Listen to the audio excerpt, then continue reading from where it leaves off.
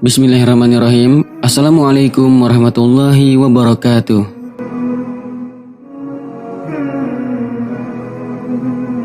Ada sebuah naskah manuskrip kuno di Turki yang berisikan hadis Nabi Muhammad SAW dari Sayyidina Abu Hurairah radhiyallahu anhu.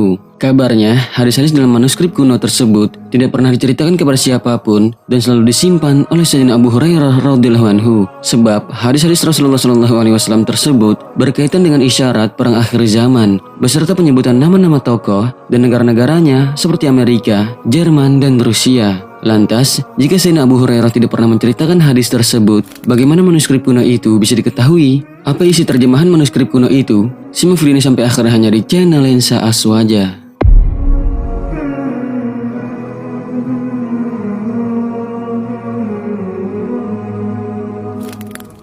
Manuskrip kuno berisi hadis Nabi tentang perang akhir zaman. Sebuah naskah kuno dari abad kedua Hijriah mencatat beberapa hadis tentang rahasia akhir zaman yang berasal dari Sayyidina Abu Hurairah radhiyallahu anhu. Sayyidina Abu Hurairah adalah salah seorang sahabat terdekat Rasulullah SAW. Beliau adalah sahabat yang paling banyak meriwayatkan hadis, yaitu sebanyak 5.374 hadis. Dari sejumlah hadis yang diriwayatkannya, ada sebagian hadis yang disembunyikan beliau dari kaum muslimin pada waktu itu. Sayyidina Abu Hurairah pernah mengatakan, "Aku menghafal dari Nabi SAW beberapa ilmu. Untuk satu bejana sudah aku sampaikan kepada kalian. Untuk bejana kedua, andai aku sampaikan kepada kalian, maka kepalaku akan dipenggal." Hadis yang disembunyikan oleh Sayyidina Abu Hurairah bukanlah tentang akidah dan syariah Islam, tetapi hadis yang berkaitan dengan fitnah dan kejadian di masa yang akan datang. Dalam hadis tersebut, Rasulullah SAW menyebutkan nama peristiwa, nama pelaku, nama tempat, serta alasan terjadinya peristiwa tersebut. Hadis-hadis itu juga berkaitan dengan perang, pemberontakan, dan pembunuhan. Berita-berita seperti ini apabila hanya diketahui oleh orang-orang yang amanah dan berilmu, maka akan aman. Namun, jika berada di tangan orang-orang jahil, maka risikonya sangat besar karena bisa membahayakan beliau sendiri dan juga orang lain, serta dapat menimbulkan fitnah, huru-hara, dan perpecahan pada masa itu.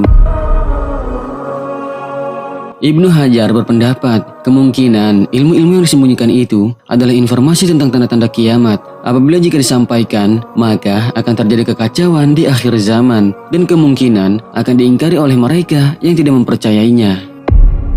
Namun menjelang akhir hayatnya, Sayyidina Abu Hurairah menyampaikan sebagian informasi rahasia itu kepada beberapa sahabat dekatnya dari kalangan tabi'in, yakni generasi kedua sepeninggalan Rasulullah SAW, yang akhirnya naskah atau manuskrip langkah itu ditulis oleh seorang tabi'ut tabi'in, yaitu generasi ketiga setelah kewafatan Rasulullah SAW yang berasal dari Syam, dan manuskrip tersebut diberi judul Salam wa Harb fi Akhir Zaman Ar-Rab.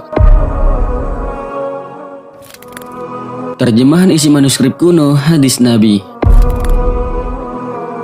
Beberapa waktu lalu, manuskrip Salam wa Harb fi Akhir Zaman Ar-Rab tersebut telah ditemukan di Turki. Bahkan kabarnya, peramal Nostradamus juga mencontek sebagai nubuah hadis Rasulullah SAW ini, sehingga ia bisa mengetahui ramalan-ramalan yang benar-benar terjadi.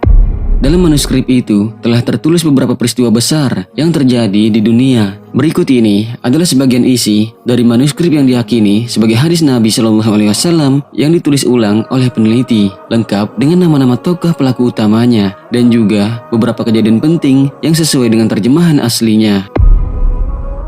Perang akhir zaman adalah perang dunia, yakni kali ketiga sesudah dua perang besar sebelumnya. Banyak sekali yang mati di dalamnya. Perang dikobarkan oleh seorang laki-laki yang merupakan kucing besar di negeri gelas dan mahkota di kepala. Sementara perang kedua dikobarkan oleh seorang laki-laki yang nama panggilannya adalah Tuan Besar dan seluruh dunia memanggilnya Al-Hir atau Hitler.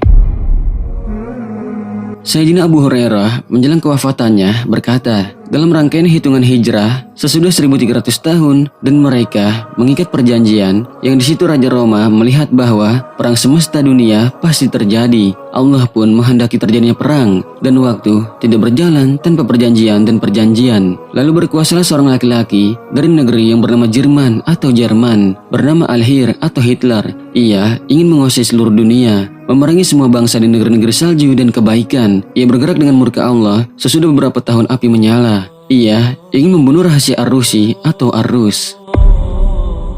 Di dalam manuskrip itu juga tertulis, dalam rangkaian hijrah sesudah 1300 tahun, terhitung 5 atau 6, Mesir diperintah oleh seorang laki-laki yang dipanggil dengan Nasir, yang disebut bangsa Arab sebagai sang pemberani dari Mesir. Allah membuatnya hina dalam perang dan ia tidak memperoleh kemenangan. Kemudian Allah menghendaki Mesir memperoleh kemenangan di bulan-bulan yang mereka cintai, dan itu adalah untuknya. Mesir diterima sebagai pemelihara Al-Bait dan Arab dengan seorang laki-laki bernama Sada, ayahnya Anwar. Akan tetapi ia bernamai dengan pencuri Masjid Al-Aqsa di negeri Al-Hazin. Di Irak muncul seorang laki-laki yang bertindak sewenang-wenang, dan Sufyani. Ada sebagian teks atau data yang hilang. Kemudian terjemahan selanjutnya mengatakan, di salah satu matanya terdapat tanda-tanda sedikit kemalasan, namanya As-Saddam, yakni penghancur orang-orang yang bersekutu untuk menentangnya di Kuwait kecil yang dimasukinya. Ia adalah Mahdun. Tidak ada kebaikan bagi Sufyani kecuali dengan Islam. Ia baik dan buruk, dan kecelakaan bagi pengkhianat Al-Mahdi yang terpercaya. Dalam rangkaian hijrah 1400 tahun dan hitungan 2 atau 3, ada data yang hilang. Al-Mahdi Al-Amin keluar dan memerangi seluruh dunia dan menghimpun orang-orang sesat dan dimurkai Tuhan dan orang-orang yang terseret dalam kemunafikan di bumi Isra dan Mi'raj di tepi bukit Majidun.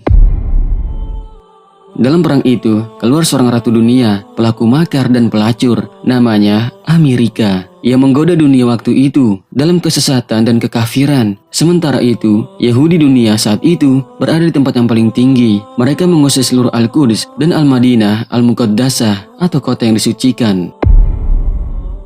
Semua negeri datang dari laut dan udara, kecuali negeri salju yang menakutkan dan negeri panas yang menakutkan. Al-Mahdi melihat bahwa seluruh dunia melakukan makar buruk kepada dirinya, dan ia melihat bahwa makar Allah lebih hebat lagi. Ia melihat bahwa seluruh alam Tuhan berada dalam kekuasaannya. Akhir dari perang itu ada di tangannya, dan seluruh dunia merupakan pohon yang dimilikinya dari dahan hingga ranting-rantingnya. Di tanah Isra dan Mi'raj terjadi perang dunia, yang di situ Al-Mahdi memberi peringatan kepada orang-orang kafir bila mereka tidak mau keluar. Maka orang-orang kafir dunia berkumpul untuk memerangi Al-Mahdi dalam pasukan sangat besar yang belum pernah dilihat sebelumnya. Dalam kelompok kekuatan Yahudi Al-Khazar dan Bani Israel, masih terdapat pasukan lain yang tidak diketahui jumlahnya. Al-Mahdi melihat bahwa siksa Allah sangat mengerikan dan bahwa janji Allah benar-benar telah datang dan tidak diakhirkan lagi. Kemudian Allah melempari mereka dengan lemparan yang dahsyat. Bumi, lautan, dan langit terbakar untuk mereka, dan langit menurunkan hujan yang sangat buruk. Seluruh penduduk bumi mengutuk orang kafir dunia, dan Allah mengizinkan lenyapnya seluruh orang kafir di perang Dajjal. Dan perangnya terjadi di negeri Syam dan kejahatan. Ada sebagian data yang hilang. Sahabat beriman, itu adalah sebagian cuplikan dari isi buku tentang nubuah tersebut. Manuskrip langka tersebut berasal dari abad kedua Hijriah yang ditulis oleh salah seorang tabi'ut tabi'in yang berasal dari Syam atau wilayah Lebanon, Palestina. Manuskrip itu kini tersimpan di perpustakaan Turki di Istanbul. Riwayat Sayyidina Abu Hurairah itu mengandung sejumlah kata asing bagi orang Arab pada waktu itu, seperti Al-Hir atau Hitler, Jerman atau Jerman, Al-Rus atau Rusia, Amerika atau Amerika, dan Al-Khazar atau sebuah suku yang disebut suku ke-13 Bani Israel yang menurut Syekh Imran merupakan asal-usul Ya'juj dan Ma'juj. Maka menjadi wajar apabila Sayyidina Abu Hurairah tidak sembarangan menyampaikannya kepada setiap orang, karena dampaknya akan menimbulkan saling curiga dan saling tuduh, sehingga dapat menimbulkan kekacauan di kalangan kaum muslimin sendiri pada masa itu. Namun berbeda halnya dengan masa sekarang, yang informasi tentang nama-nama dalam manuskrip tersebut telah jelas diketahui, dan bahkan sebagian dari yang tertulis di manuskrip kuno itu juga telah ada yang terjadi, dan ini membuktikan akan kebenaran hadis Nabi Muhammad SAW. Wallahu a'lamu bishawab. Wassalamualaikum warahmatullahi wabarakatuh.